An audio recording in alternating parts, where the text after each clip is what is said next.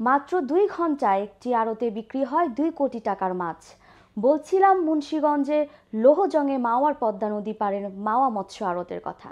এটি এখন বৃহৎ মৎস্য পাইকারি বাজারে রূপ নিয়েছে। বিস্তারিত প্রতিবেদনে। দেশের বিভিন্ন স্থান থেকে মাছ ব্যবসায়ীরা তাদের মাছ বেচাকেনা করতে আসেন মাওয়া আড়তে। নদীর তাজা মাছের চাহিদা থাকায় স্বল্প সময়ে পরিচিতি লাভ করেছে বাজার।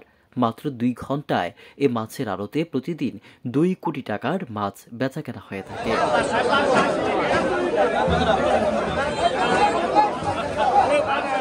প্রায় 40 বছর আগে মাওয়া চৌরাস্তার পশ্চিমে পদ্মা পাড়ের মাছের এ আড়ত বসে। ভোরে জেলেরা রাতে পদ্মা, মেঘনা ও সুরেশ্বর নদী থেকে মাছ ধরে বিক্রির জন্য এ আড়তে নিয়ে আসতেন।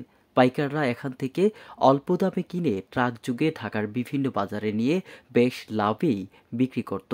সেই সাথে স্থানীয় মানুষ পদ্মার তাজা মাছ কিনতেও আসেন এ আড়তে। বিভিন্ন অনুষ্ঠান আয়োজনে পদ্মার তাজা মাছের চাহিদার যোগান মেলে এ আড়ত থেকেই। ভোর থেকেই উপজেলার বিভিন্ন প্রান্ত থেকে মাছ কিনতে এখানে ভিড় করে স্থানীয়রা। মাওয়া মৎস্য আড়তের সেক্রেটারি মোহাম্মদ চানমিয়া মাতবর জানান, প্রতিদিন ভোর 5:30 থেকে 7:30 পর্যন্ত প্রায় 2 ঘন্টা এ আড়তে 2 কোটি টাকার মতো মাছ বেচা বিক্রি হয়ে থাকে। বরিশাল, খুলনা, বাগেরহাট, ময়মনসিংহ সহ পদ্মার ও দেশের বিভিন্ন অঞ্চলের জেলেরা এখানে মাছ নিয়ে আসেন বিক্রির জন্য। স্থানীয় আড়তদাররা বলেন, পদ্মা সেতুর কাজের জন্য আগের জায়গায় আর আড়ত বসে না, আর এখন জায়গাটা অনেক কম। এতে করে আড়তে যানজট লেগে থাকে। সিরাজদি খান থেকে আসিফ বাদনের রিপোর্ট, আমার বার্তা।